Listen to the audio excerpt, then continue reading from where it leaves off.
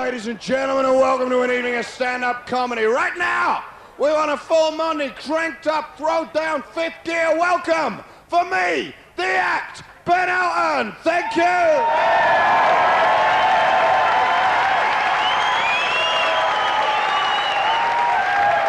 Yes, indeed. All right, ladies and gentlemen, thank you.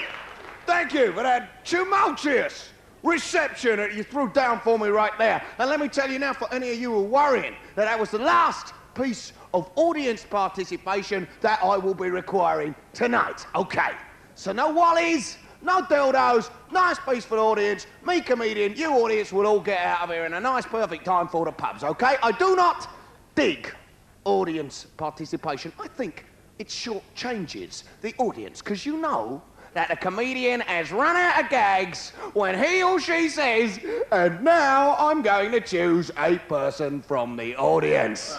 And you don't need to be a mind reader to realise the first 3 rows of people are going, fucking hell, I hope he doesn't choose me. Now why? Why do they hope the comedian doesn't choose them? Why? I mean, they could tell him to piss off, couldn't they? Piss off, I'm not getting up on stage. Get on with your job, I paid, entertain me, fuck off. Do I ask you to come down where I work and polish my lathe? No. But we don't say that, do we? I mean, the British, we don't know how to be honest. I mean, come on, in the street, if a bloke in top hat and tails with an attractive female assistant walked up to you and said, will you check there's no rabbits up my sleeve? You say, fuck off, wouldn't you? But in a theatre, you pay £8 and you'd be embarrassed out of your head. Oh, do you have a nice time, darling? Yeah, I made a dildo of myself in front of 600 people. It's amazing that we don't know how to be honest. I mean, we cannot tell the truth. You're in a restaurant, right? You're in a restaurant, and you're having a bit of a meal with a partner of your choice, etc., and you're going, it's the worst food I've ever had. It's the worst food. I can't believe this food. It's the worst. I can't believe it. I cannot believe this food. It's the worst food I've ever had. Up comes the waiter. How was your meal, sir? It's lovely. It's beautiful. Lovely. Thank you. I mean, why? We're always apologising for what isn't our fault. We're always saying sorry, you know. Some big bloke in a pub bangs past you, go, oh, sorry, mate, you know. And somebody smacks you in the mush, you go, oh, sorry, mate, my chin was in the way, you know. And you say, waiter, I'm sorry, waiter, I'm sorry, waiter, sorry. It's just there's a pubic hair in my soup, sorry.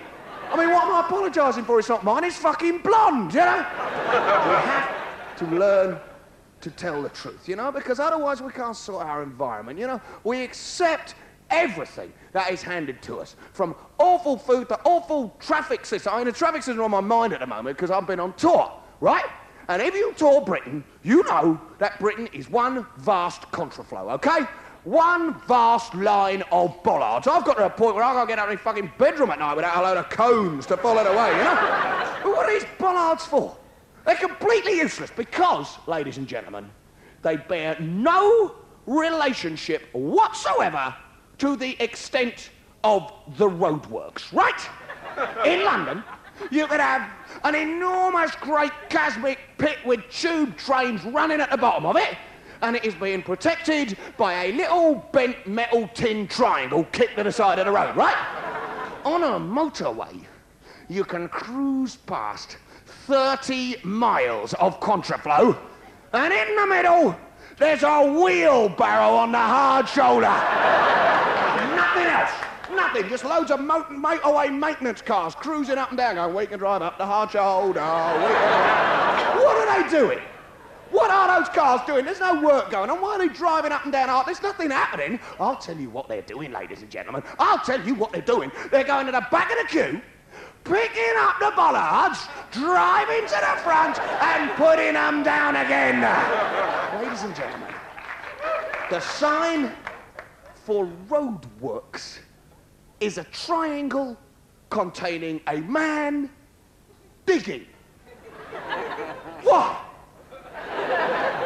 When was the last time you saw anyone digging at the side of the road?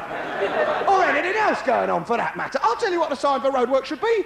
A triangle full of fuck all. Fuck all will go on till September. Delays due to fuck all. And then there should be another fuck all end.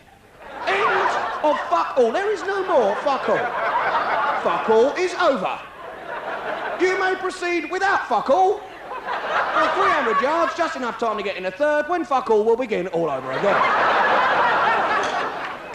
Ladies and gentlemen, when they really want to twist the knife in the wound, okay? Having ruined your life. You know, you go out for a day at the seaside, okay? By the time you get to the seaside, you had a heart attack, you want to kill your kids, you want to tear your hair out, right, okay? Now, when they want to just add a little bit of that, when Cecil Parkinson and the Transport Ministry want to say, right, we fucked up their lives, we destroyed their brains, we turned them into little Nazis, how can we twist the screw one notch further? I know! Let's have a sign that says, sorry for any delay. An apology is not good enough. We want the head of the Minister of Transport nailed to the final bollard. So, ladies and gentlemen, you seek solace from the endless cataclysmic cock-up which is the British transport system. And you know that they are adding lanes to our motorways because they're congested. They're adding lanes to our motorways. Now, ladies and gentlemen, what's the state of your dustbin, eh? In your kitchen. It's full, innit, eh? That dustbin, there's little colonised dustbins round it because you can't be bothered to empty the bastard. There's little Tesco carrier bags filling round. Now, if you had an extra dustbin next to that one, that'd be fucking full too, wouldn't it? And that goes for the British motorways. And there you are, stuck there, dying in the sweaty hell of our system, breathing the fuels, letting your heart go. So you think, I know, I'll take a break. I'll go to a service station. I'll have a look around the shop. Now, ladies and gentlemen, I've said bollards are useless things, but they look like the most useful thing in the world compared to anything that you can buy in a motorway service station shop. Be honest, come on, has it happened to you? Come on, be honest. You're driving up the motorway as happy as a lark. Suddenly, you get this desperate desire to buy a presentation tin of all butter Scottish shortbread with a picture of Warwick Castle on the front. Come on, it must have happened to you. Come on, darling, you're in the car. Hurry, hurry, darling, I'm going as fast as I can. Get on the hard shoulder, shoot up onto the slip road, into the car park, on with the handbrake. Quick, darling, hurry. Across the car park, into the shop, barge past the queue. Tell me, we're desperate. Have you got a Staffordshire China teapot with a pot of plum jam inside it? Yes, we have. Like, fuck for that, you're a lifesaver. There's nothing you could want. You wander around this kind of surreal, drug-induced collage of utterly fucked up bollocks. You're looking around you, you're thinking, this is my world they're selling here. There's little wickerwork baskets containing individual portions of Dundee marmalade. Fuck me! I've been looking for some of these! Comical porcelain figurines. Little comical porcelain tableau on a motorway. A little 19th century tramp fishing comically with his comical dog. Well, that's essential for the open road, innit? You break down the AA turn up. Where's your fucking figurine then, mate? You need your triangle, you need your AA book of the road, you need a comical figurine. You should have been out there. Little dolls. Little military dolls, Scots Guards with kilts. And no knobs. No, you look. You know knob? Well, that's the army initiation ceremony. You see if you're a puff, see if he cries when we cut his knob off. Let's see what goes. See, ladies and gentlemen, tea towels. Tea towels with I love Glasgow and you're in Cheltenham. I mean, seriously. What are these shops for? What are they trying to do? Apparently, they're gift shops, ladies and gentlemen. They're gifts. Give them to someone, buy a little present. Who are you supposed to give it to, eh? Someone you hate. What are we gonna get the boss for Christmas, eh? Lump of dog shit. Let's get up the service station, eh? Really stitch that bastard up. There you are, boss. We got you an individual portion of Dundee marmalade. Merry fucking Christmas. What are they selling this place? They sell dirty magazines. Service stations sell dirt. Now what like a punter, what sort of traveller are they catering for? The sort of person who's driving along and suddenly fancies a wank? I mean, what's in it? I mean, dirty muggers, you know, why are they selling them? They're sat in a car park, Doris and Bill, look, I'll just go and get a bag of polos. There we are. Fucking... I mean, they ought to have a sign, shouldn't they? They got a sign, they got a little petrol pump, they got a little knife and fork, they should have a little fist going like that. That's completely useless. The whole thing is a total waste of our time, our money, our environment. You go on the loo, you got to have a piss, right? I'll have a look round the shop, I'll eat me shit meal, and then I'll go for a piss. All right, you're in there. And our world changes without our asking, right? I mean, our world, our environment is constantly readjusted and we are never consulted. Warm air hand dryers in the toilets. Now, were you consulted? Did you get your referendum? Do you want the face of the British bog to change forever? No. We remember the good old days with a kind of linen bog roll that dangles down in the shit, you know, everyone hanging on the bastard trying to get the last quarter inch out, you know, drying your hands on the very outside of it, you know what I mean? Great days. Suddenly, out of the blue, warm air hand dryers appear. Metal boxes on the wall. What the fuck's that? Nobody knew. We weren't explained. Our world had changed. Warm air. I spent half an hour trying to get a Durex out of one. I thought it was like one of them cup dispensers. You put your knob up, it comes out covered. I didn't know.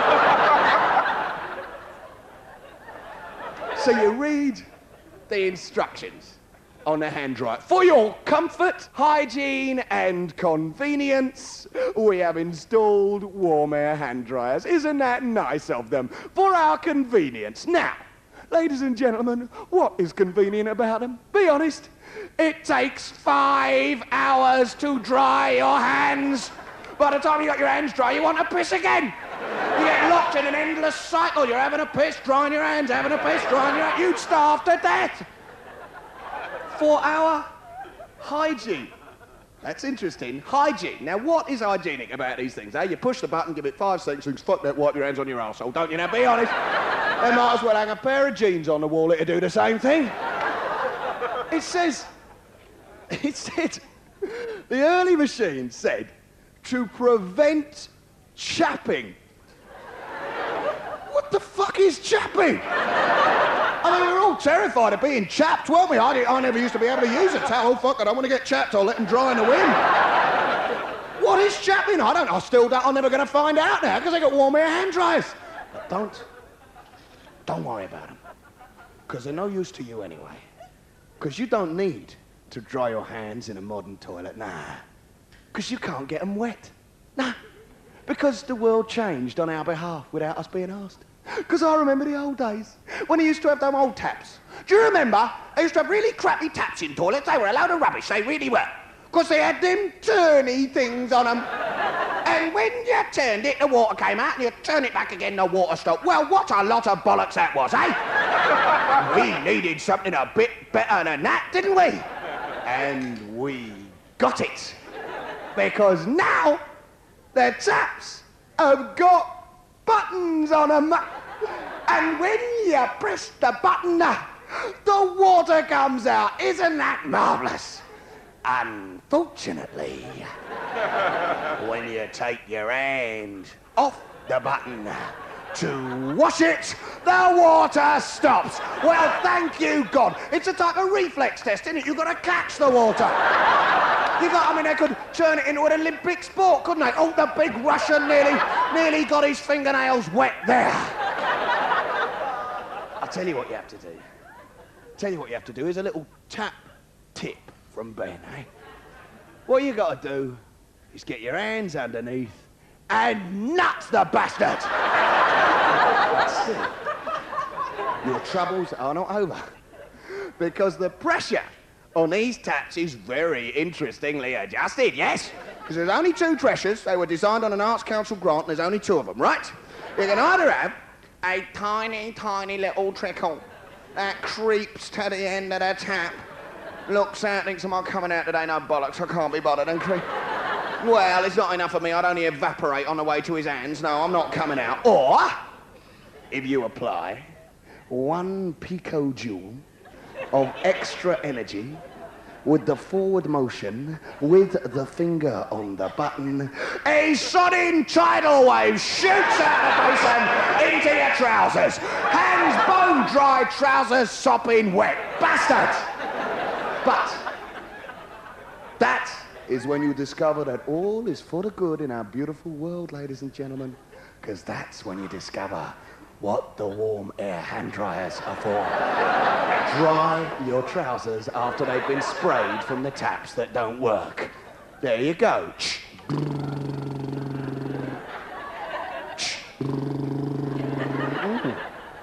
Very pleasant sensation. Very nice indeed.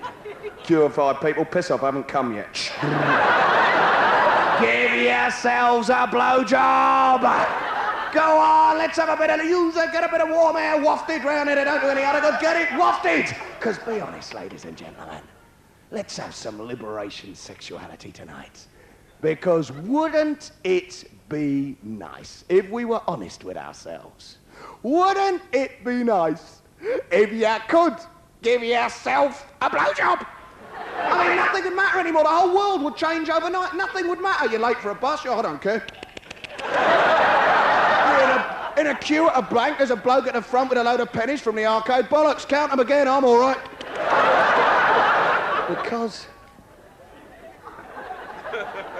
nobody but you understands the true reality of your body. Only the individual truly knows behind the lies, behind the deceits, what they want, what they know, what they believe, what they feel, and they can't communicate it. No matter how good a relationship you're in, and let's hope all power to it, you're in a good relationship. But however good it is, monogamous one-to-one, as it should be, you don't know how to communicate exactly. You cannot, only you understand exactly what you need. Only you know exactly what you require. Only you, so it's always not nearly. No, not quite. Oh, that's good. Oh, a little bit more. A little bit more. Oh, no, a little bit more. No, too much. You're biting now. You're biting. That's all good. No, that's all right. That's good. That's fine. Oh, fuck it. I'll do it myself.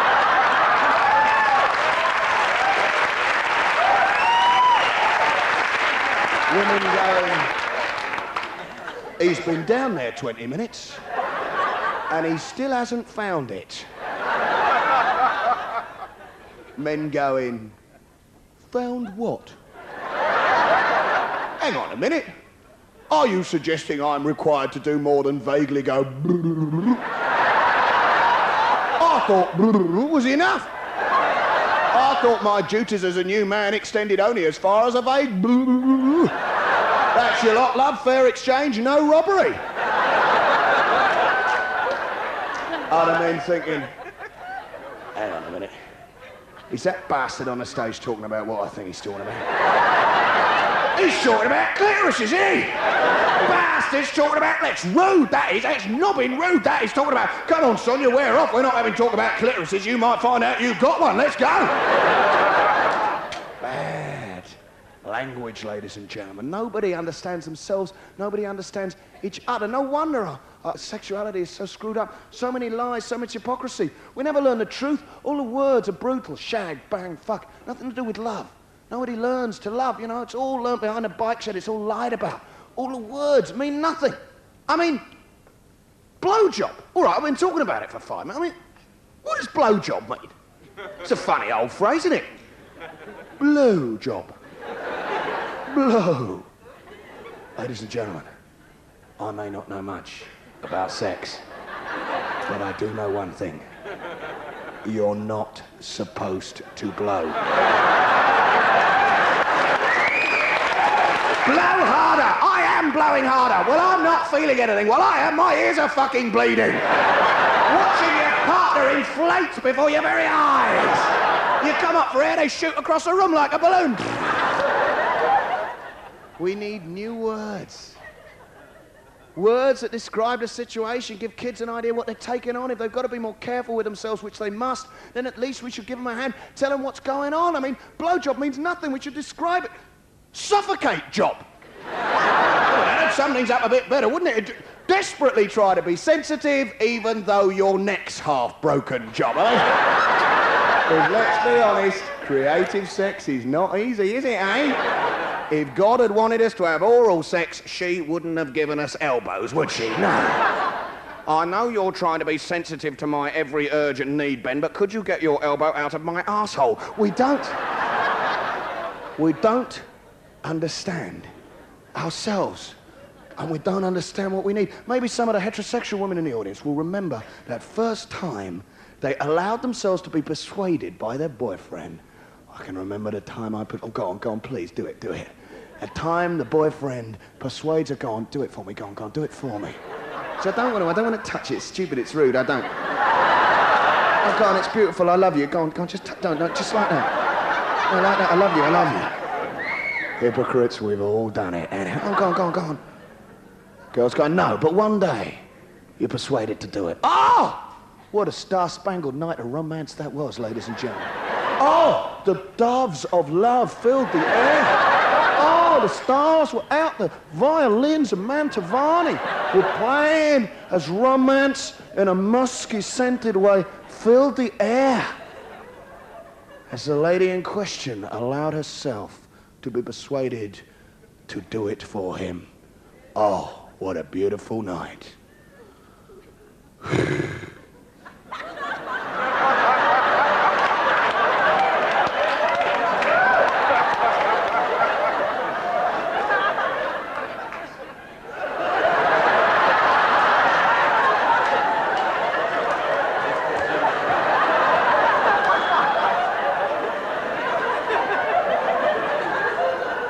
Are you nearly there yet? It's getting soft again. I'm trying to grip it the way you told me to. And slowly but surely a larger hand clamps on top. Do it your fucking self. Ladies and gentlemen, we do not understand ourselves or what we want. We need to talk to each other. We need to talk to our lovers, you know, you need to communicate, understand all the lies we go to sleep with. Oh, we don't do it often enough. I think we do it too much. Oh, my God, all the lies we bottle up. I can't tell the truth. You should talk. We should talk to our lovers. Don't just roll over and start farting. Look at all that struck a chord down there, didn't it? Broken up a fledgling relationship there, aren't you? You do that. You do. You should listen to him. You fart. That's you. Some of his stuff's quite well observed. You do that. Women fart too. Never forget. We need good politics, but let's keep it real, ladies and gentlemen. We need to talk. We need to understand. We need to communicate. But it's bloody difficult to communicate after oral sex. Because it's extremely difficult to have an in-depth discussion about the nature of love and your body when you've got a pubic hair stuck in the back of your throat. You can't shift it. I mean, you don't want to say anything, do you? You've only been going out with a girl for a couple of weeks. Why don't we talk anymore? Well, you've got loose pubes. What can I say?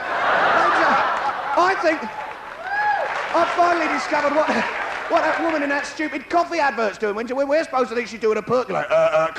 She got a pube in her throat. I mean, fucking hell. Who would honestly go out and be embarrassed about serving instant coffee? No way, but you'd be embarrassed about having a load of old pubes in the back of your neck, wouldn't you? That's what she's all, fuck, I better get in the kitchen.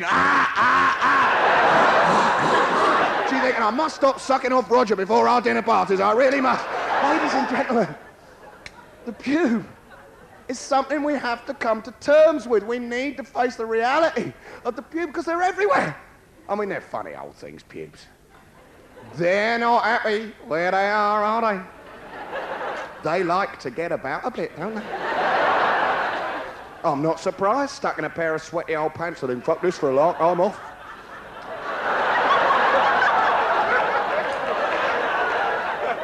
Actually, sometimes, in a kind of blinding flash, it comes to me what a stupid job I do. I've just done an impression of a pubic hair in front of 600 people. Before I got on television, my mum thought I worked in a bank. She was too embarrassed to face the truth. But pubes are weird things. Weird things that get everywhere. There is no area of human existence that pubic hair has not colonized. They're absolutely, I mean, you just see them. They're in the butter dish when your mum comes round for tea. You've got a brand new board game on Christmas Day. It's still in the cellophane. Granny, do you want to play Risk? You open it up, 4 pubic hairs. Where the fuck did they come? The bar of soap-seeking pubic hair is a wonder of creation. Mum, where's the soap? Under our pile of pubes, where it always is. Oh, yeah, put them in at the factory. I work at Palm Olive. Oh, you make soap? No, I put the pubes in. Ding, ding. Bit rude, that. Got to take it very careful. But you see, ladies and gentlemen, I want to open up this debate a little bit. I want to take this debate about what is rude and what is not rude a little bit further. Because sometimes I'm watching images on the TV, the same TV that won't let me deal with certain important sexual matters, etc. Come on, Ben, you're talking about a fucking knob gag. All right, okay. Let's not dress it up in politics. But they won't let me do this and that. But they got the most extraordinary subliminal sexuality, and it goes unnoticed. I mean, the sexuality in, say, a Levi's ad. You know the one, not the one where the guy tows the truck with his jeans, not that one. The one where the bloke runs out, he's driving with a beautiful girl, right? He runs out of petrol, okay, and there happens to be a pawn shop in the middle of the desert, you know? Well, you would find one, wouldn't you? And he gets out and he's trying to pawn something to get some money for petrol, right? He tries his sunglasses, his watch, no go. Okay, he's leaving the shop disappointed, and the pawnbroker leans over the counter and points at the bloke's arsehole. The guy thinks he means his jeans. I don't know, maybe he's more sophisticated than I thought. He comes out, oh, blimey, that hurt, but I got the money anyway. I've got to put my trousers back on. Now that for me is rude, you know? I mean, there is so much subliminal sexuality in the advertising, because it's all sex to try and make us buy their stuff, you know? That Renault 21 that's being chased through the mountains by the enormous day-glow bollock. You know, huge fluorescent testicle chasing his car off. It's obviously dropped out the trousers of the site manager at Sellafield, you know what I mean? Now, there's a few of you out there probably thinking, come on, Ben, that's a bit much, isn't it? Well, frankly, Mr. Elton, I was most disappointed. I don't see why you feel the need to make these observations. But there's a few of you thinking, come on, Ben, OK, so it's a big spheroid, and you choose to get a cheap laugh by calling it a bollock. Is that the level of the humour we're going for? Are we to presume now that every spheroid on the telly is a testicle, you know, is old John McEnroe going to be thwacking bollocks around at Wimbledon next time? Now, those of you who think I've taken the easy route there have not watched the ad carefully enough. Because it definitely is a bollock, right? Because at the end of the ad, the car shoots into a tunnel. And the bollock is trapped outside.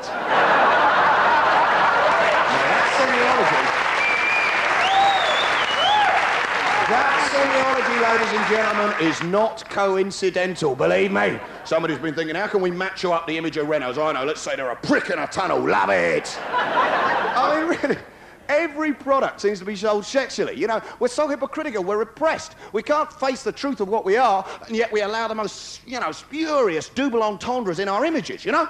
I mean, chocolate, I mean, it's an innocent enough sort of product, isn't it? But, I mean, they sell it like, well, look, sorry, but ladies and gentlemen, what is that woman doing with that flake? I mean, seriously, what we all know, she's giving it a full.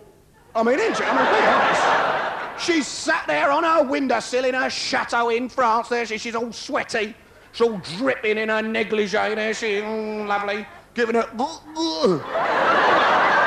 There's an iguana asleep on her telephone, it happens all the time, right?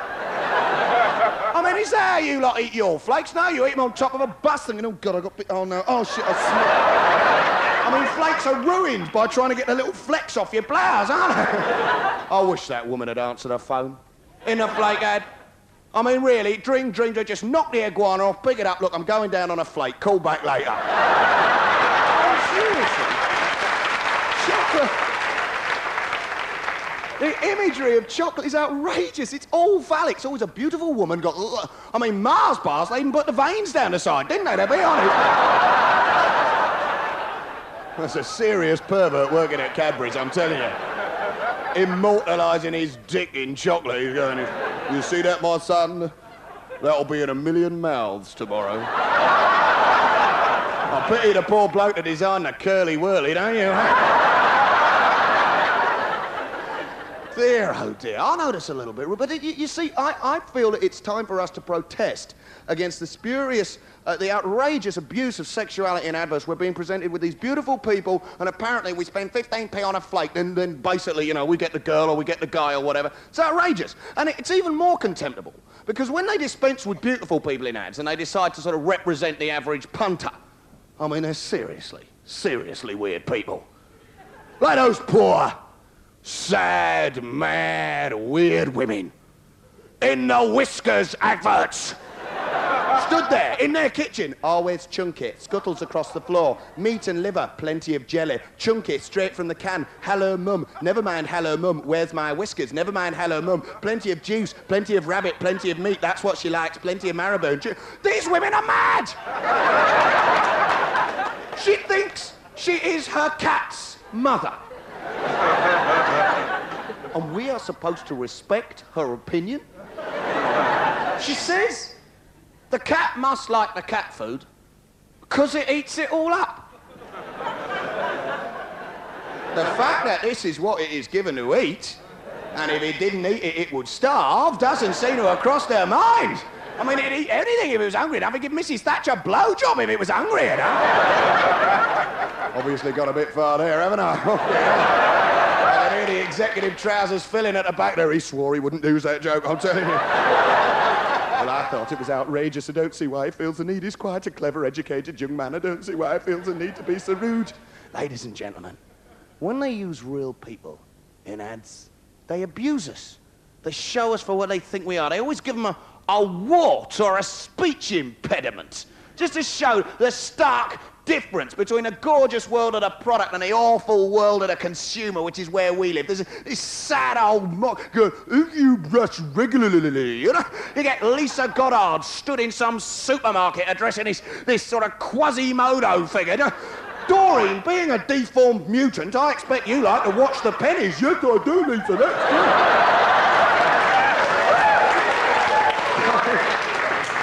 Some people profess to be shocked. When we were doing the Man from Auntie, the contraception routine I did, got a few letters. People come in and they write in and they say they were shocked. But they never say that they're shocked for themselves. They are always shocked on someone else's behalf. And it is always a mythical 3-year-old child with a sponge for a brain, right? A child could have been watching, right? Now, look, ladies and gentlemen, it's a bit difficult to operate, you know, when you are constantly having to think about this 3-year-old child. I mean, I'm all for responsible broadcasting, but I mean, in other professions, you're not constantly glancing over your shoulder in case some 3-year-old child might be watching. You know, doctors saying, well, I think you got piles, but I can't take a look at your ass because a 3-year-old might run in and see it and be shocked. I mean, plumbers aren't told, don't you twist that pipe. A 3-year-old might quite easily imitate you, get a spanner and twist his head off. I mean, seriously. And the popular press, they know it's ridiculous. They're going out the Sun going, oh, copycat East End neighbours tragedy. Oh, copycat tragedy. Listen, if kids are that impressionable, how come all the little girls whose fathers read the Sun aren't coming to school with their tits out, right? I mean, seriously. Ladies and gentlemen, in the long run, best not to travel on a motorway, eh? Oh, that was somewhere else. You see, travelling, ladies and gentlemen, you get on a motorway, you get fucked up by the bollards, you end up in a service station, you buy a load of crap, you go in the bog, you get your trousers soaking, and before you know it, you got pubes stuck in the back of your neck. That's stand-up comedy for you. So I suggest you take a train, because I believe from the bottom of my heart, in the purity of a public transport system. We had a great public transport system. Everything else would disappear, no problems. The cars, there wouldn't be so many cars. Beautiful world we live in, so much less pollution, so much less aggravation. But a strange hypocrisy that we must all face is, although I believe totally in a public transport system and that we should all use it, when I'm on a train, I don't want any fucker anywhere near me.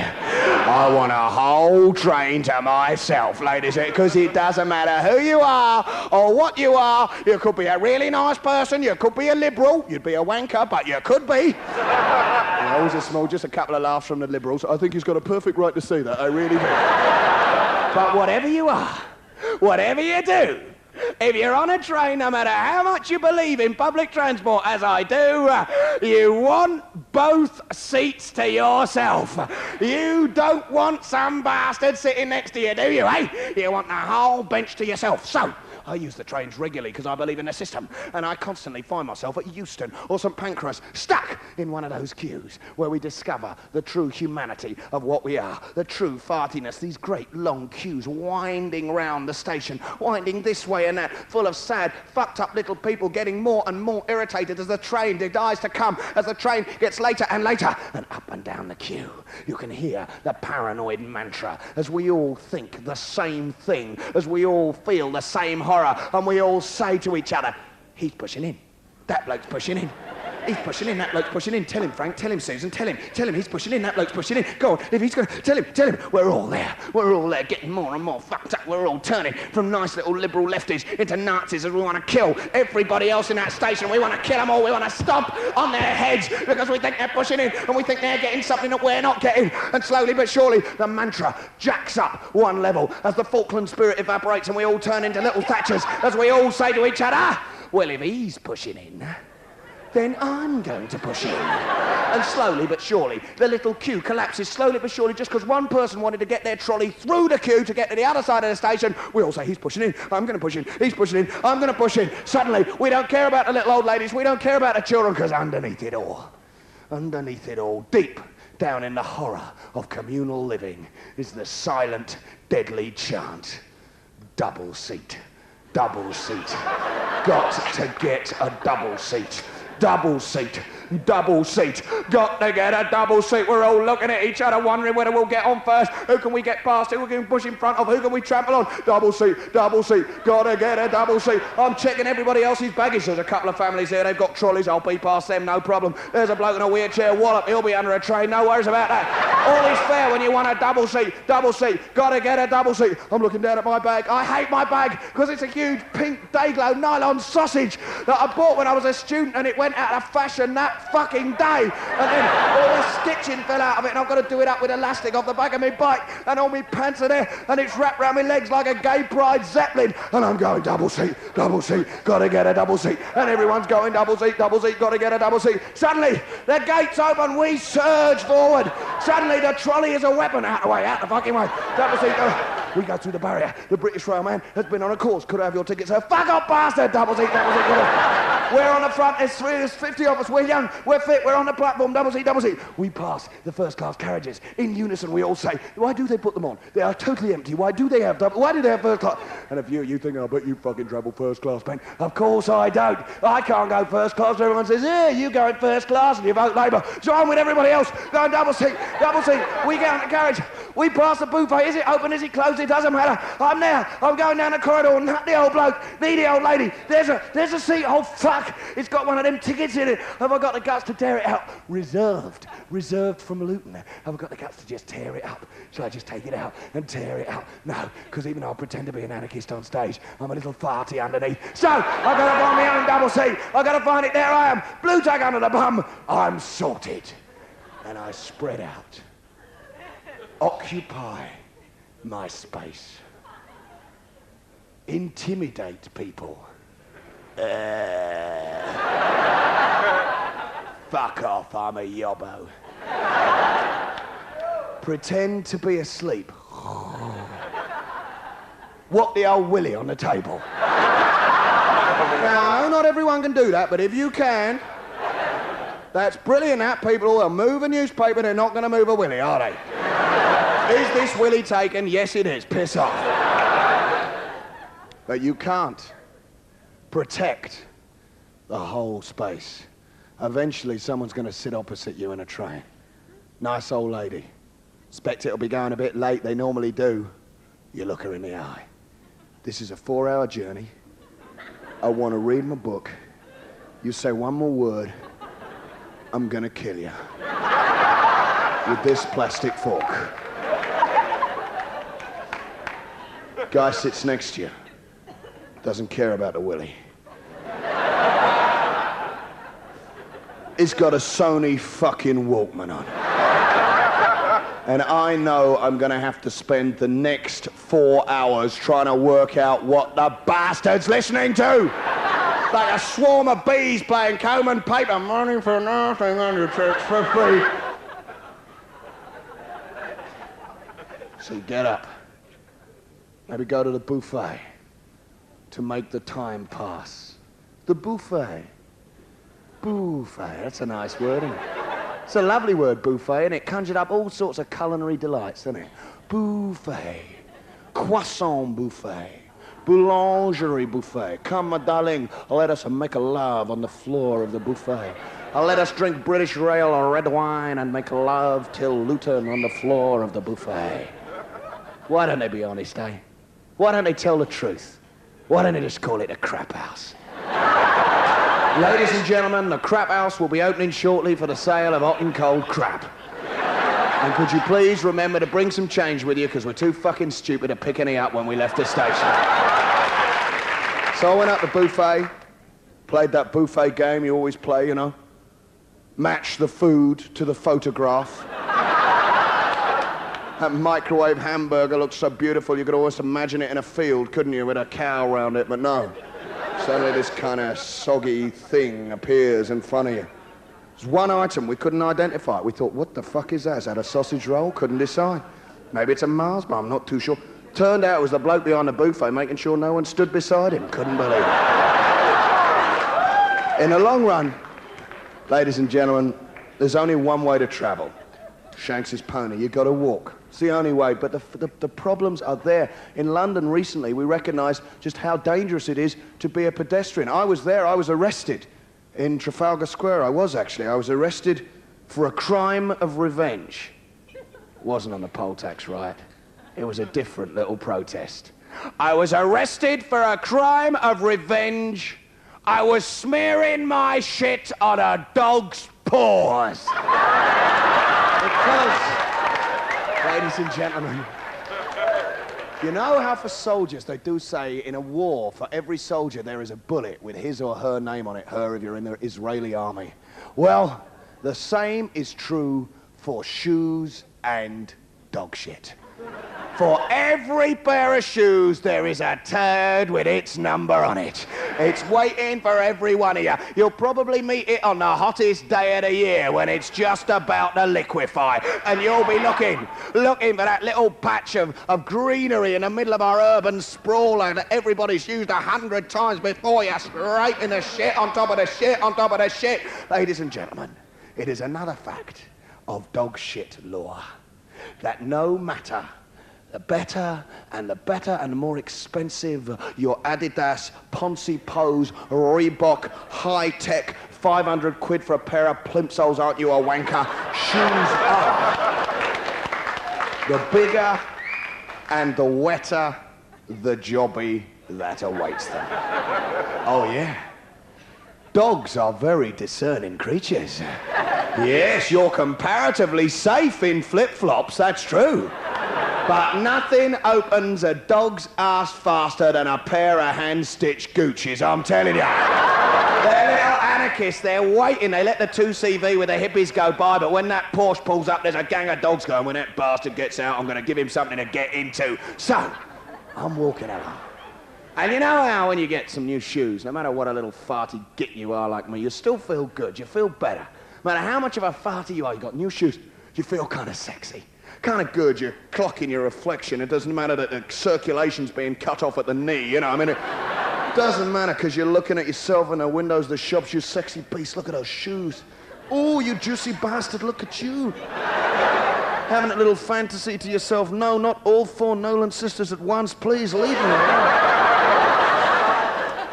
So I met the jobby with my number on it.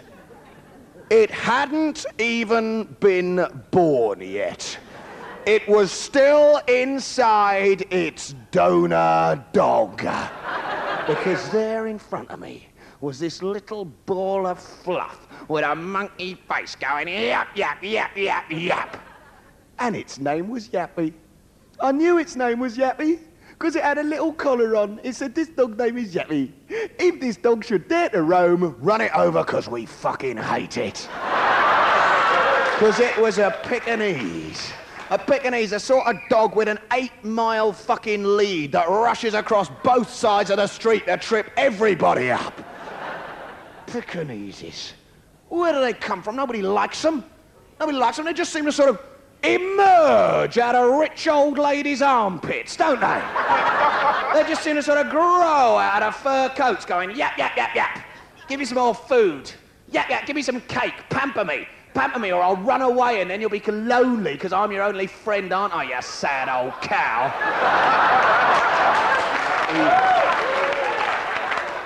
Evil dogs, Pekingeses. It's not their fault.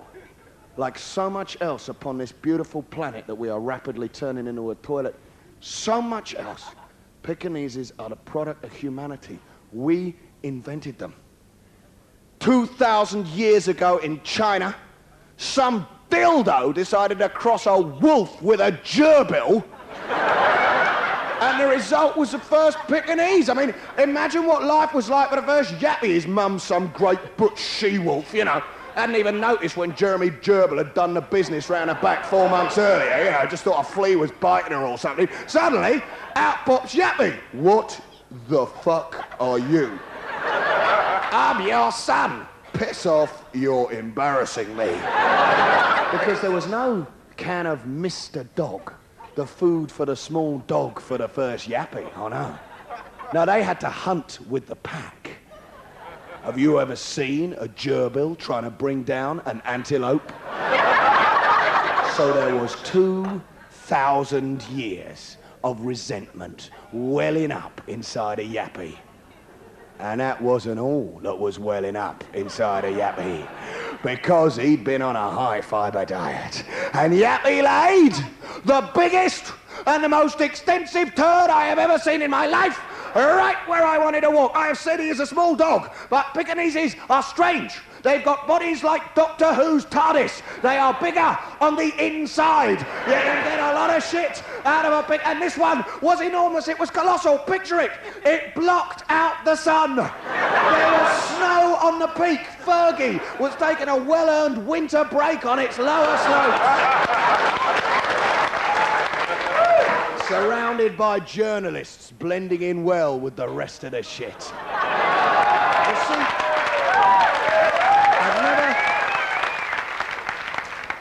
I've never understood how it is that British press came to be the way it is, with so much that we need to discuss every day of our lives, so much that we need to concentrate on. What do they tell us about? What do they spend 2 months talking about only this year? Another dull fucking baby from another dull royal, right, Fergie? Okay? Now look, I got nothing against Fergie. I got nothing against her at all, but ever since she joined the clan, she has been a classic example of the British press expending billions of trees, billions of miles of newsprint, diverting the debate from what really we should be talking about to talk about a very dull, apparently very stupid person. I remember right back when they got married, I remember the summer of love, the marriage between Andy and Fergie. Now, that summer we had Chernobyl. We had the most chilling warning yet of the utter horror of nuclear power, because we thought it was cheap and efficient and clean, didn't we? Not so much fun when you got radioactive lamb in the shops, is it, eh? Get down to butchers with a Geiger counter, 4 chops, cook themselves on the way home. Very nice. I remember we were told that Chernobyl couldn't happen in Britain. Why couldn't it happen? Oh, because Chernobyl was designed by Russian scientists, who apparently are a bunch of clueless wankers, whereas our power stations are designed by British scientists, so we're completely safe. Clive Sinclair is a British scientist.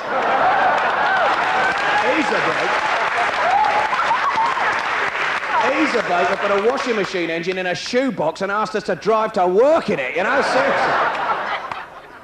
So, ladies and gentlemen, in the summer of Chernobyl, what was the principal press issue? Were they talking about nuclear power? Were they talking about ecology? No! They were talking about whether the future Duchess of York had a fat ass or not. That was what they wanted to know. Is she a fatty? Has she got a great big raddle floppy old cat flap? And will they be able to crowbar it through the doors of the Abbey on the big day? Right.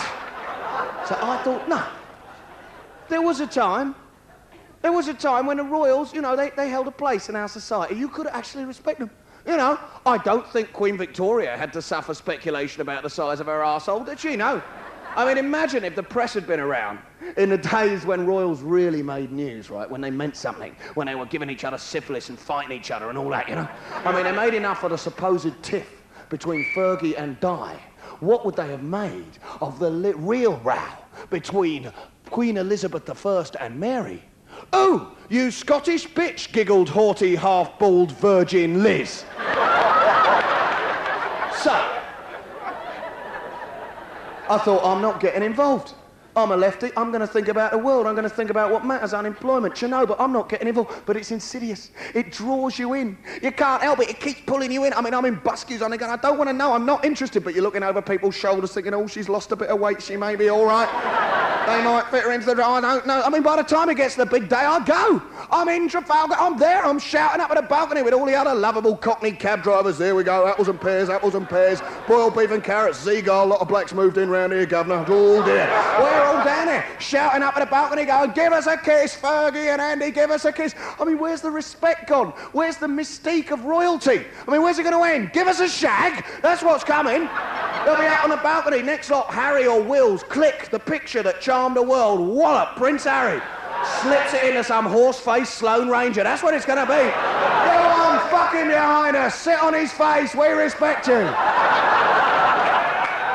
Now, there's always a bit of a division in the audience at this point. I mean, there's those who are digging a routine, thinking, fair enough, a little bit of stand-up comedy, comment on it, etc. And there are those who are a little troubled because they came along because they quite liked the Blackadder, you know what I mean?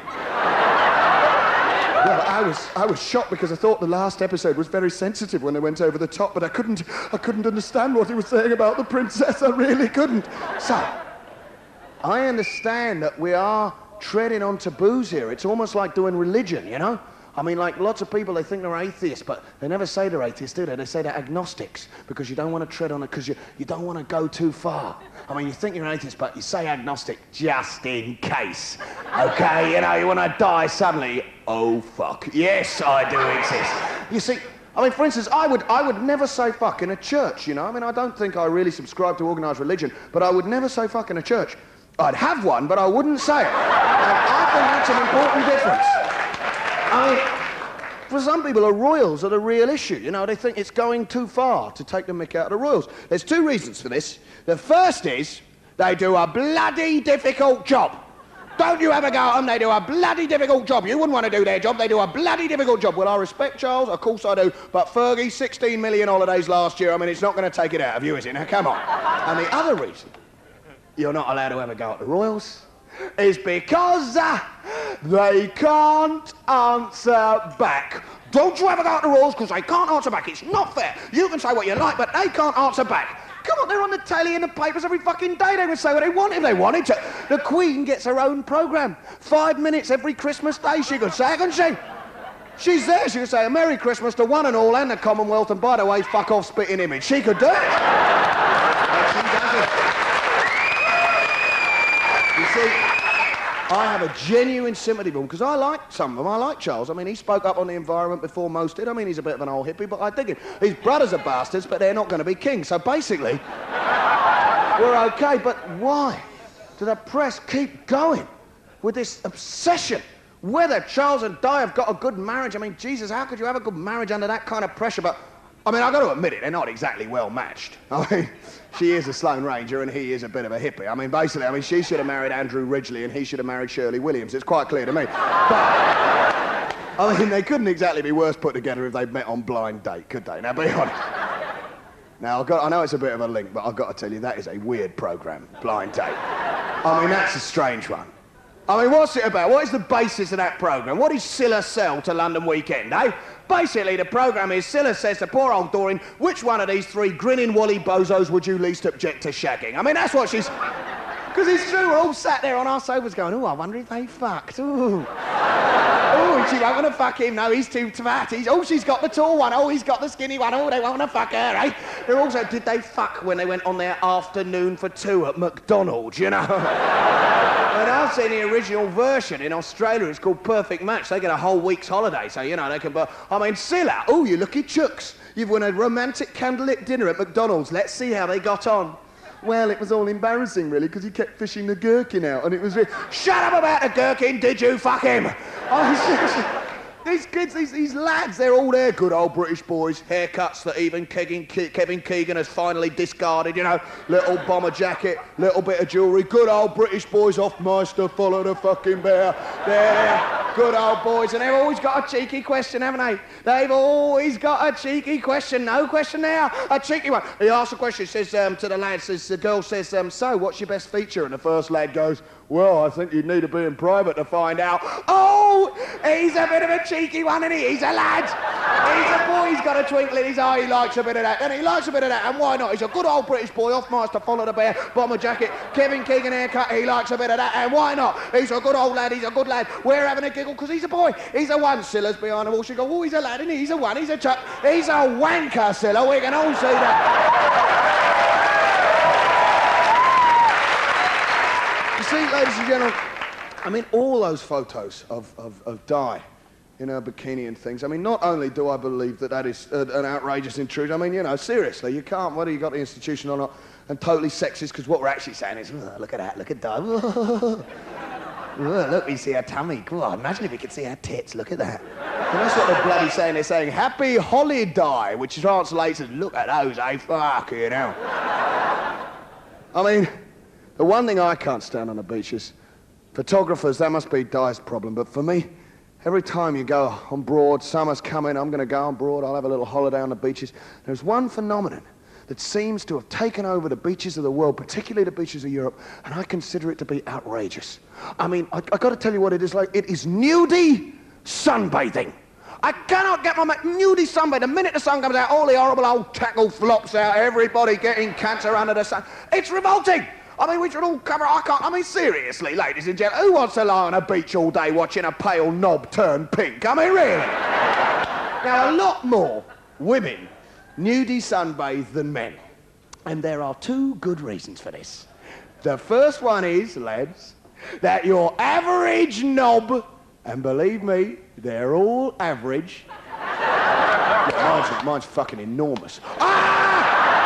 Suddenly the politics is gone and Benny Hill appears on the stage.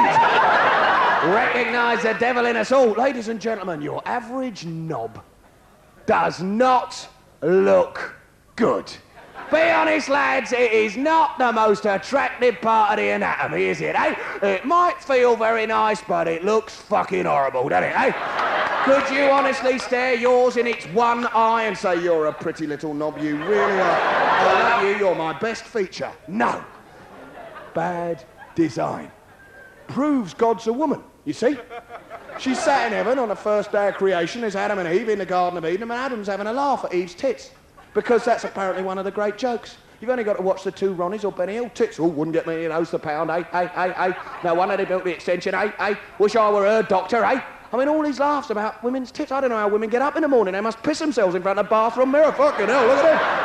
God, I wouldn't get many of these a pound, would I? Cool, I wish I was my doctor. These are fucking funny, eh? I guess I know why a lot of women don't make it to the top in the country. All sat at home laughing at their tits, aren't they? You know, I'm happy here with these. I don't need any. So, old Adam's having a laugh. Having a laugh. Ha, look at him, you stuck with him jiggling around in front of you. God thinks, right, I'll stitch that bastard off. Wallop, Adam, what the fuck is that? I'll tell you what it is. God was a bit tired after 7 days of creation. She's been down to Kentucky Celestial Fried Chicken. There's that last bit in the box that you just can't do. What the fuck is that? Just can't work it out. I know, bang, I'll stick it on Adam. Kentucky Fried Dick, we're nibbling it today, it's the truth. So, bad design. I mean, the phallus is supposed to be the great thrusting symbol of male power and dominance. That's what it's supposed to be. The phallic symbol dominates male-orientated literature. Phallic symbols, but the knob doesn't live up to it. I mean, other phallic symbols don't look like that, do they?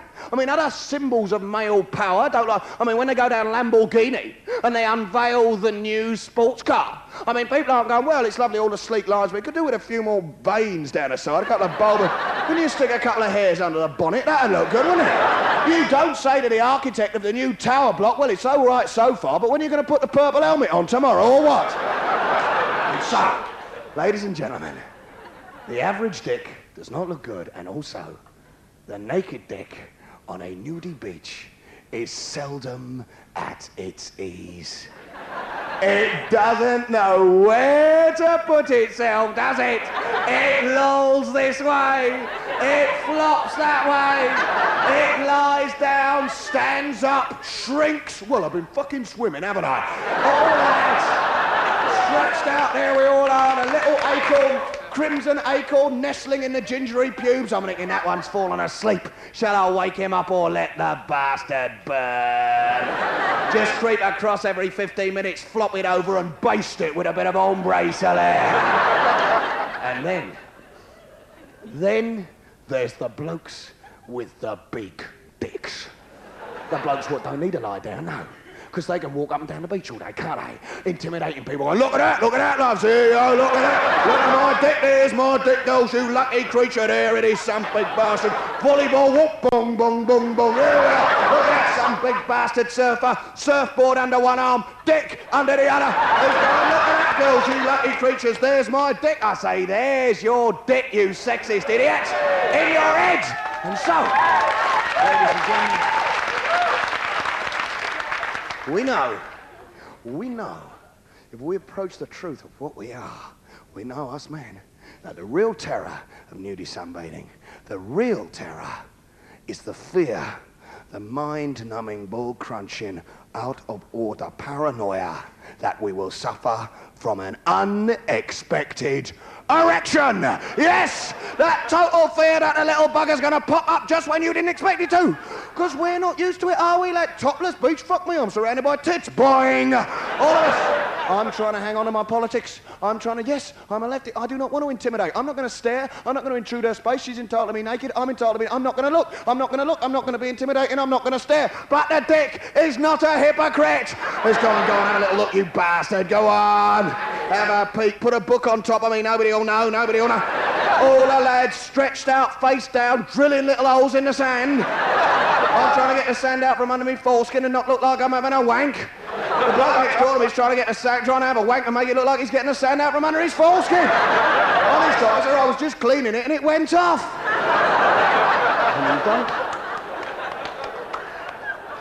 You don't need to be nudie. Yes, it is a very rude routine. You notice BSB, you're out now. This is for the video. So, ladies and gentlemen, you don't need to be nudie to be terrified of the unwanted erection. Of course you don't. Not now men's swimming costumes have got as stupid as women's have been for years. The average bikini, £25 for a pair of shoelaces. What's that about? Things ridden so far up her arsehole, it's garroted her rectum, you know, I mean, seriously. And now men's are the same, little pose pouch. Clamp your tackle in this little triangle of Lurex. Up your bum there, see? On the beach all day, go on, Mum, wash that, will you? Fair enough, I'm up the pub. Fucking hell. Little triangle of Lurex. Not so much a pair of trunks, more a second scrotum. They disguise nothing. There is no level of male hypocrisy that cannot be shown through one of these little pose pouches. They can see everything. You're in a beach bar trying to be cool, trying to be sophisticated, trying to chat someone who's saying to a guy, I really like you. Do you like Dire Straits? I love Dire Straits. You want to listen to my woman? I love Dire Straits. I think it's a kind of modern classical music, don't you? I love Dire Straits. Dire Straits is great. I love Dire Straits. Trying to be cool, trying to be sophisticated, talking about Dire Straits. And all the time, this little fun-sized Mars bar's trying to get its head over the top of your pants. And you know it's there, and believe me, she knows it's there. And you're trying to think about David Owen or something to make it go down. But you can't, and it's there, and you're trying to... That old lie men have used for thousands of years. I just want to be friends. I don't want to do anything silly. I just want to be friends. I don't want anything silly. I just really like you as a person. I really like you as a person. I just want to be friends. I really like you as a person. That's all. I just want to be friends. And all the time your dick screaming, I want to shag. And it's worse. In the discos, the holiday discos in the evening, when the smooch is on, and all the smoochy, woochie, all the little fun-size, all the little willies, little fun-sized Mars bars start to push their way into girls' stomachs, dancing around the room, the girl backing away, thinking, oh, fuck, I wish he wouldn't push himself into me like that. The smooch, what a beautiful occasion. The DJ puts on The Power of Love, and every girl in the room gets an ear hole full of spit. Oh, I really love you, darling, dribble. Oh, Sonia, what lovely earrings, green droopy ones. Oh, it's just Gary's just gobbed in my ear there. Because the lads don't dance. The lads don't. I didn't dance. When I was a steward, I wouldn't dance, you know. When there's one farty from the social set, he dropped one magic mushroom when he was 11. He still thinks he's tripping, but the rest of us, we're all stuck to the wall going, I'm not dancing. Dance with your mates. Dance round your handbag. I've got to finish my beer. I'm not dancing. I'm not dancing. Go on, have a dance. Have a dance. I'm not dancing. Go on, have a dance. Oh, look, I'm not fucking dancing. Suddenly, Power of Love, it's the smooch. Come here, darling. Fun size Mars bar in the guts. Give us your ear hole. That's basically what you see. I mean, why do we go to these places? Discos, the minute you get in, you've got to pass the bouncer. Oh, the lovely bouncers. Fuck off, you're all right, you're in. Fuck off, you're in. You two at the back, you're out. Fuck off, two girls at the back, you're in for nothing. You lads, fuck off, you're in, you're out. You're in, fuck off, you two in, you're in, you're out. Girls, lovely bouncers. Of course, we know that the human race is actually descended from bouncers. You know that, don't you? Oh, yeah. When the first bouncer crawled out of the Neanderthal slime and bopped a dinosaur for wearing jeans, you know.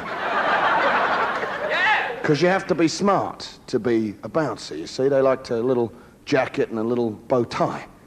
They call them dicky bows. Lovely bouncy bouncer and a little dicky bow. Dicky bow, lovely thing that, dicky bow. Dicky bow, lovely dicky bow, dicky bow. Dicky, dicky, dicky bow. Dicky bow, dicky, dicky, dicky bow. Why do they call them dicky bows, I wonder?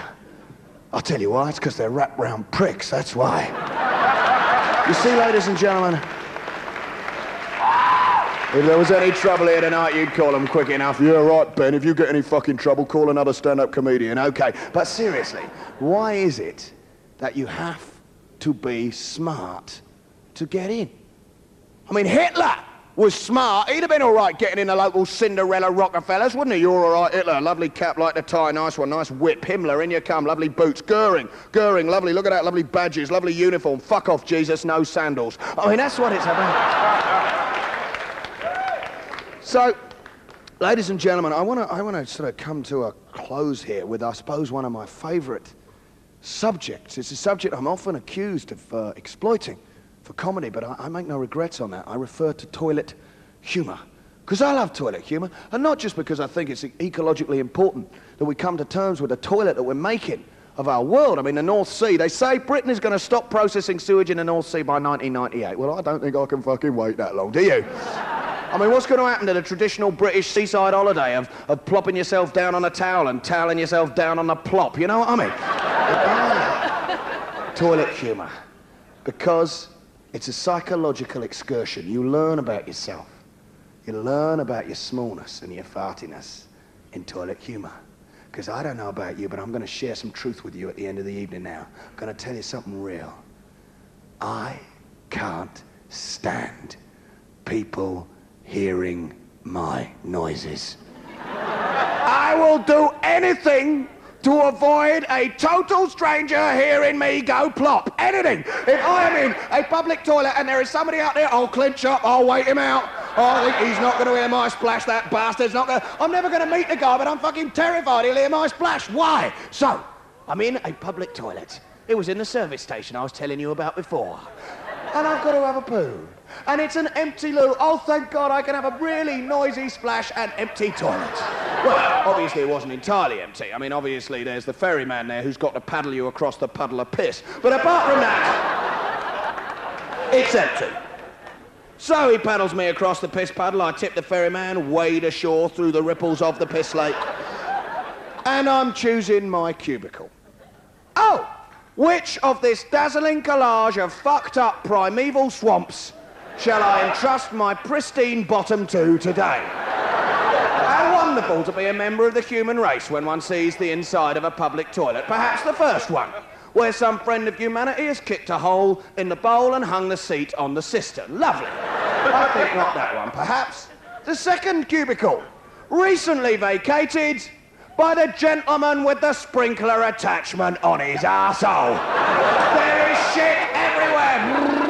How did he do it? It's on the walls, on the floor, it's on the fucking ceiling. I mean, he must have been having a shit standing on his head. So I'm obviously not going in that one. Perhaps the third cubicle, where the previous bloke has neglected to flush it. What? Such a small thing, innit? Flush the toilet after you use it. It's not my fucking toilet. Why should I flush it? I don't fucking care. It's nothing to do with me. I don't own it. I haven't got shares in it, so why the fuck should I care about it? It's nothing to do with me. I don't own it. I'm not going to flush it. Fuck off. I've used it. Bollocks. Nothing to do with me. Quite often, when a loo hasn't been flushed, right, you look inside where you can't help it, can you? And it's enormous. It's like a chocolate Swiss roll. The bloke has obviously thought, now that is too beautiful to kill. Someone is going to enjoy looking at that as much as I have. And quite often, ladies and gentlemen, quite often when your toilet hasn't been flushed and you kind of glance in and you... I mean, I don't know fucking how to tell you that, but quite often when it hasn't been flushed, you go, look in. There's no paper in the toilet, man. I mean, no paper. The guy has dropped a fucking houseberg of a turd, and there's no paper. I mean, what's he done? He just walked in. Right, that's it. I'm off. Oh, I suppose we should be grateful he bothered to pull his trousers down. I thought it was quite a sophisticated shit, really. I did it in a toilet, didn't I? Ladies and gentlemen, what's this guy done? What has this guy done? I'm not going in there. No way. The final toilet, not too bad. Not too bad at all. It's quite clean, it's quite usable, thank you God. So I get in there, and I spend maybe half an hour balancing sheets of paper on the seats, you know, as you do. Balancing it around, paranoia, you might be able to catch it, you never know. Put the paper down. So, I spend half an hour putting it down. You sit down, the air movement caused by your bottom wafts the paper onto the floor. Bollocks! They should put blue tack in there, shouldn't they? They should put a bit of glue in so you can glue the paper. I mean, that's what the paper's for. I mean, I've got to tell you, the paper is for putting on the seat. I mean, it's not for wiping your bum, I can tell you. I mean, it's like a sheet of hardboard, isn't it? I mean, it's not exactly absorbent, isn't it? I mean, it doesn't much absorb it as spread it around, isn't it? I mean, you start with a dainty little nick of shit at the end of your anus. You start wiping before you know it's up your back and down the back of your thighs. I know it's rude, but why don't they put some decent paper in it? All cost trees. So eventually you get under the warm air and dry it out, chip it off. Anyway, you sat there with the paper. There I am, I'm ready. And I notice no lock on the door. Why? Why no lock? Because some friend of humanity's kicked it off. Why has he kicked it off? Well, it's not my fucking toilet, is it? Why should I kick it off? It's nothing to fucking do with me. I've used it now. I don't fucking use it anymore. It's over for me. I've not got shares in it. I don't own it. I don't fucking care about it. I've used it bollocks, so I'm going to kick the lock off. So, I know, because of that bloke who has got no idea of society, just as Thatcher said, there is no such thing as society. Because of that attitude, I'm going to sit on a toilet with me leg jammed against the fucking door to keep it closed. So I sit down, open my newspaper, jam my leg against the door, and the bastard opens outwards. So I gotta grab the door and hold it. I just managed to get me bum over the edge of the seat, and I'm holding on to the door, just desperately holding on the last splintered bits of wood and screw of the lot with my fingers, because I'm that fucked up in my brain that I would rather have my fingernails torn out of my hand than have anyone see me having a poo. What's wrong with me? So I sat there, and I'm ready to go. I'm ready to drop it. I'm going to drop a noisy one. It's cool. But no, there is another bloke getting out of the ferry. He tips the ferryman, wades ashore through the ripples of the piss lake. He's choosing his cubicle. I'm thinking, oh God, please only have a piss, because I can't let him hear me, you see. I'm sat there like that. I'm clenched up. I'm going to wait for him to go. I cannot bear a total stranger hearing my plop. But he's going to have a plop too. He's choosing his cubicle. He can't go in the broken one. Obviously not whirly splat, you remember that one? You'd be out of your mind. He'll have to go in the one the previous bloke never flushed. So, you can hear him trying to flush it. He's got a piece of paper, he's holding the handle through the... Because, you know, they could catch something off the handle. Why the bloke hasn't shat on the handle? Well, maybe he did. It's not my fucking toilet, I'll shit on what I like. There's no such thing as society, I don't fucking care, I'll shit on the handle. So he shits on the handle, then he goes and appears on Blind Date. Anyway... The guy is finally sat down, right? He sat there, and we are locked in human conflict. Not 3 feet from me, there is another human being, and neither of us are prepared to give in. Neither of us prepared to let the other, but we are aware of each other's presence, and we are clenched up. We are going to wait each other out for all eternity. He's got to plot first. I don't mind hearing him, but he's not going to hear me.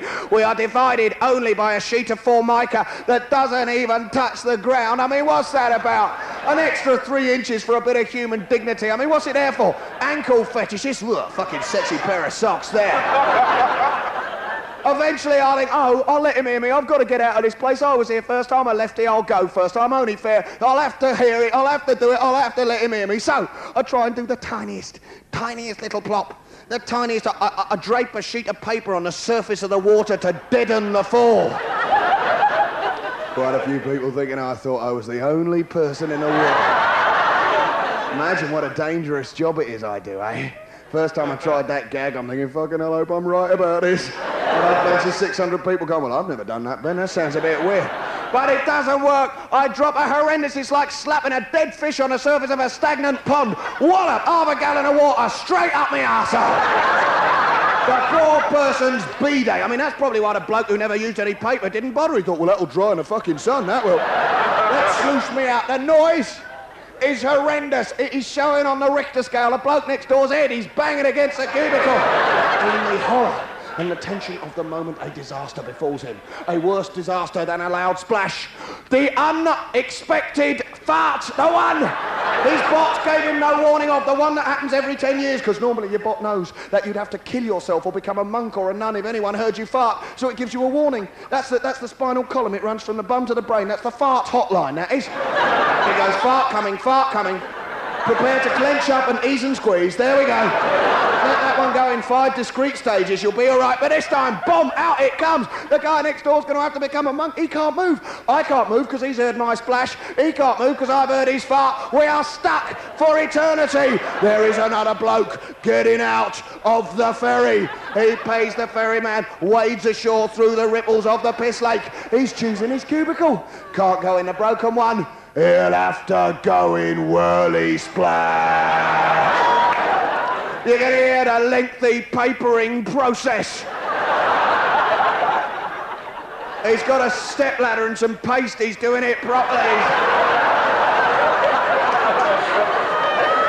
Before we know it, there's 3 of us all sat in a row, 3 of us all clenched up. No, no, no. There is a 4th bloke getting out of the ferry. He tips the ferryman, wades ashore through the ripples of the piss lake. There's no cubicles left. There is nowhere to shit. There's only a broken one. He'll have to wait, whistling embarrassedly. There is no... He'll have to wait. But no one's going to move. No one's going to move. I can't move because he's heard my splash. He can't move because I've heard his fart. And the bloke in the 3rd one can't move because he's in an horrible whirly splatty one. And if he goes out and the next bloke goes in, that bloke will think he did it.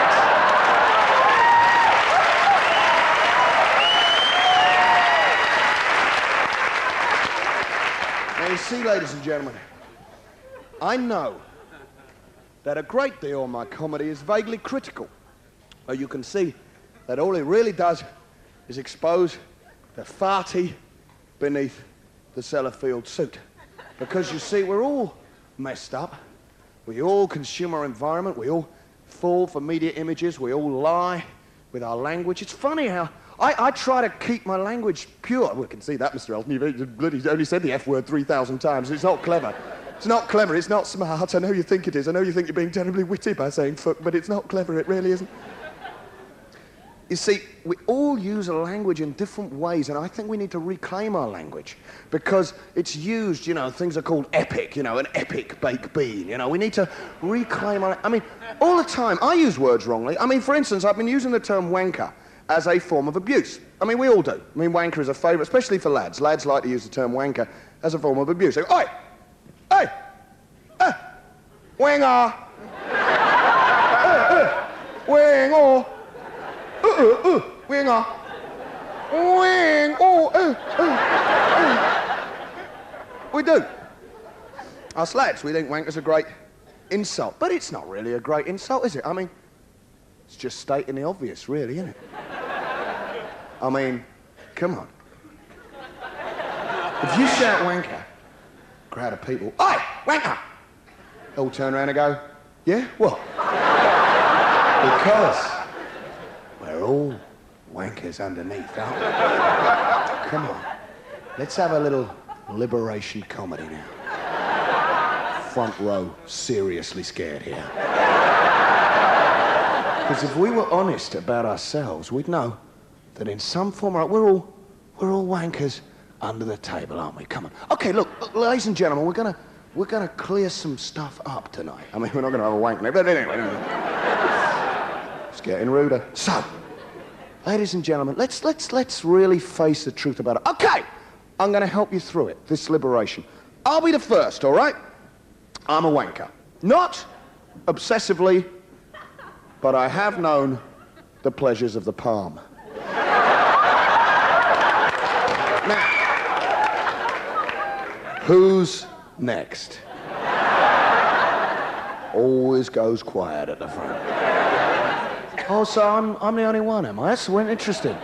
Oh, very weird that. People sitting there, a girlfriend saying, you bloody say a word and I'll kill you. Come on, solidarity. No, you don't say a word. Okay, well, we're just trying to make it a bit easier for you. Who is gonna deny? Okay, we're gonna go that way. You better say something. You better bloody say something. I don't know, I can't think, I can't decide.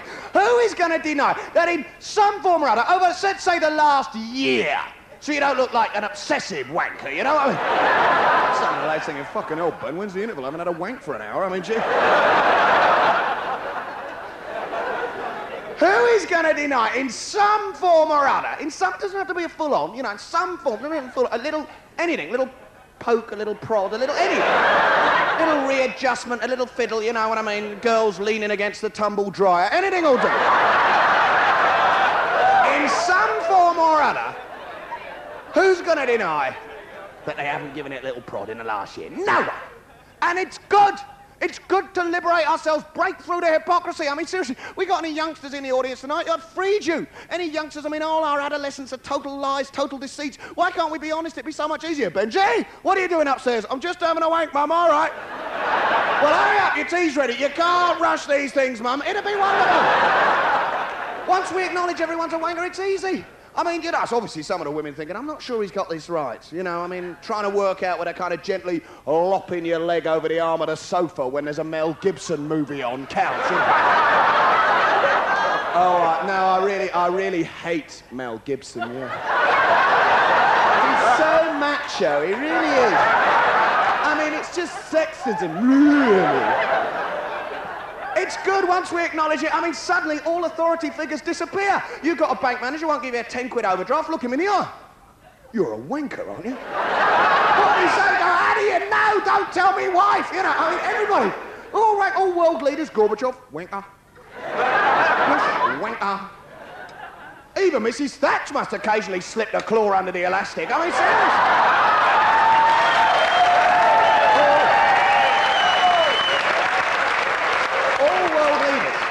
I mean, Churchill, I admired him very much. He was a wanker. Napoleon, wanker. Enormous knob. Ladies and gentlemen, till we come to terms with how small and irrationally paranoid we are, how scared of our feelings, how scared of our functions we are, and we'll never save the world. And we've got to remember that the people who lead us are just as farty as us. The people who destroy the environment, the people who make rules that allow them to do so, they're just like us, they're just gits, but they pretend they're God. They don't want anyone hearing their splash, but they think they're God. I mean, I know I haven't mentioned Mrs. Thatcher tonight because, you know, you don't kick someone when they're down and out, you know.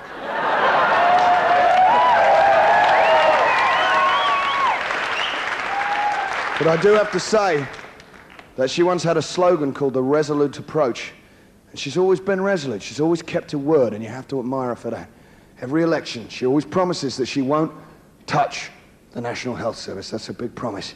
She always keeps a promise, because when she's ill, she goes to a private hospital, right? I respect that. You remember when her hand was ill all those years ago?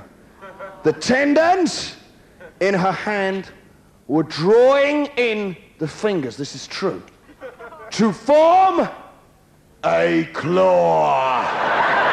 And the doctors tried to reverse this. You cannot undo what God has planned. First the claw, then the horns, then the forked tail. Ladies and gentlemen, it's been a real pleasure doing some gear for you tonight. I hope you've enjoyed it. I want to say thank you very much indeed. My name's Ben Elton. Good night.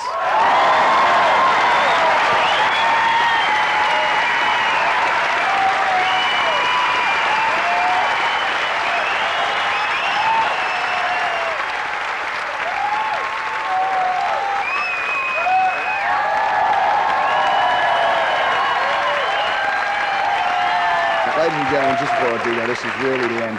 Now, this is, I suppose, my favourite routine. No, I don't fucking make it up as I go along, and I want to end on it, maybe the last time I do it. It's just that I do think, you know, I often take the piss out of adverts. I haven't really done much of it tonight. But I think a combination of looking at adverts and looking at our own utter inability to come to terms with our sexuality produces one of the most astonishing facts in British social structure.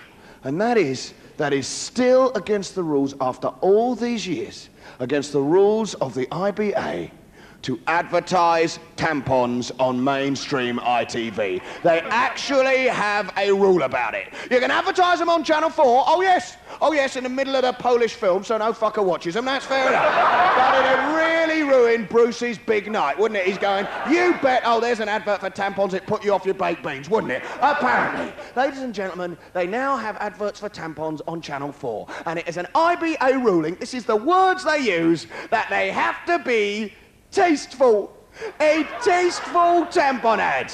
Now, why are they going to the British advertising industry for taste? They haven't exactly got a record for taste, have they? They came up with a dog with a bog roll in its mouth. I mean, what can we expect next? A gerbil chewing a lillet, right? So, the first British tampon ad was an astonishing event. I'll remember it all my life.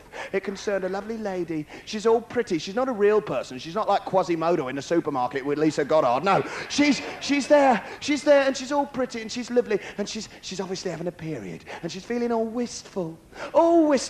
She's leafing through the leaves of her diary, and it's all lovely, fluffy, pink, fluffy loveliness, and there's a kind of stuffed toy on her bed and a lovely pink duvet, and she's all feminine and all wistful, and she's thinking wistful thoughts, and she's feeling all gooey and romantic, and it's all shot in a kind of romantic girly way, and she's feeling all wistful. Well, that's exactly how you feel when you have your period, isn't it, girls, eh? Never mind stomach cramp. Fuck me, I'm feeling wistful. I must be on. Boss, I won't be in today. I'm feeling a bit wistful, all right? If you don't do your washing up, I'm feeling so sodding wistful, I'll knife you, all right? Wistful tension.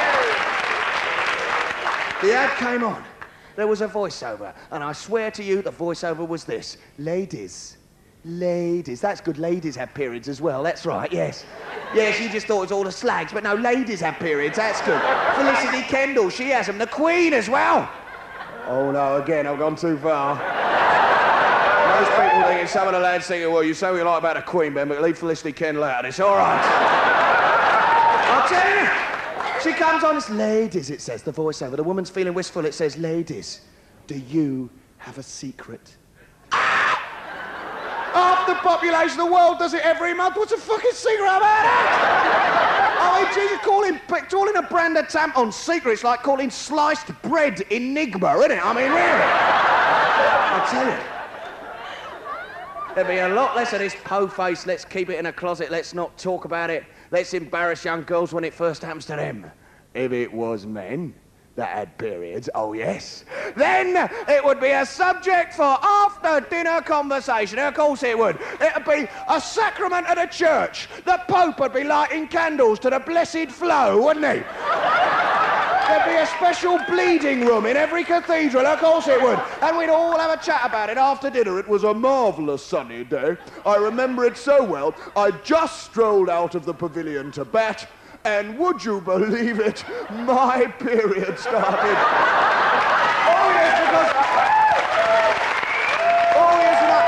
I was wearing cricket whites, as you can understand, and as a young man, I had a particularly heavy flow. Oh yes, I did. Awfully heavy flu, old fluey they used to call me, yes they do. We'd all be laughing about it, because lads laugh about their bodily functions, of course they do. They like a laugh, they talk about their farts. Oh dear, curry last night, Gandhi's revenge, nobody walked behind me, eh? Nobody smoked, know what I mean? We'd be having a laugh about our periods, fucking funny. Me and Baz down a pub, well, we started menstruating. Well, we've always menstruated simultaneously ever since we were kids, because we're fucking good mates, all right? Well, you'll never believe it. Went in the toilet, flipping tampon machines broke. And God, that's so funny. Had to go home with a couple of beer mats in our knickers. Ho, ho, ho. Oh, yeah. Or maybe we'd be crying about have to have a week off every month. Oh, I feel a bit, make us a cup of tea. I got my period, love. All right, yeah. We'd be boasting about our flow, fucking macho. Then call, bloody hell, I was bleeding last night. You won't fuck it. Oh, coughs. I nearly fainted, me. Fuck off, fainted. I had to have a blood transfusion. Bollocks. Bollocks, you should see the size of my pads. It's like sitting on a breeze block. Ladies and gentlemen, maybe that's what it'd be like if men menstruated. Instead, it's a secret. Oh, we got so far to go. We rule the world, we don't even understand ourselves. Forgive me for being a hippie, but there's a little bit of hippie in all of us. Okay, ladies and gentlemen, that's it. I want to thank you so much. My name's Ben Elton. Good night!